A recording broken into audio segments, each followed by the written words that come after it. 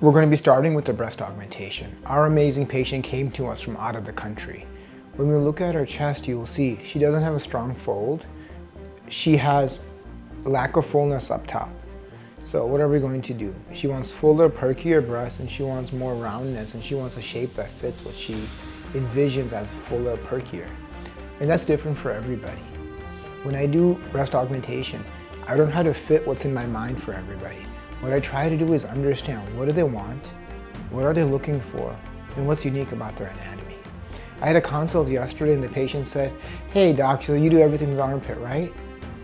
Such a nice person. I said, "No, absolutely not. I don't do it that way. I will do it that way if you want it and you're a good candidate."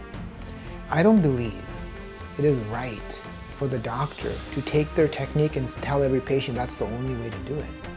What I believe, what I do, is understand that patient's wants, that patient's desires, figure out what's going to be best for them given what they want in their anatomy.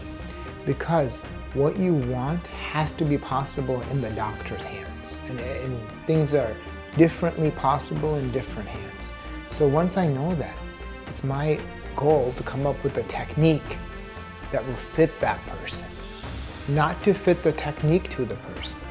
The goal is to find a technique that is best for that person, but not to push only what I know how on that person. So when you think about who am I going to go to? How am I going to get this done? I think it's so critical to find providers that have a variety of ways of doing things, that are competent, that are skilled, and they can find a skill set they have that will help you, not fit you to their skill set. Like if you go have a consult for breast augmentation and the provider says, "I put everything through the fold under the muscle," well, sure, that's great, but is that the only way you do it? Do you do it any other way? Have you gone through the areola? Have you gone through the belly button? Have you gone through the armpit? Why, and if not, why not? Do you just think they're bad techniques, or do you not know them? Sometimes people will say, "Oh, it's not possible, it's a bad way to do it."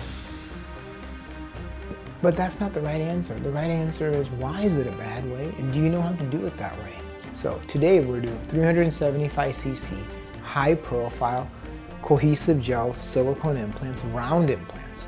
We're going with a higher profile because you'll see she doesn't have much fullness up here. So we want to fill in the upper chest, give her shape, give her projection. She doesn't have a strong fold. When you look straight at her, you can see the lining underneath the breast. I feel if I make an incision in that fold, yeah, it'll heal pretty well, but there'll be a scar there. If I can do the same thing without a scar that's noticeable, wouldn't that be better? So we're going to go through the armpit under the muscle. It's going to be great. Let's do it.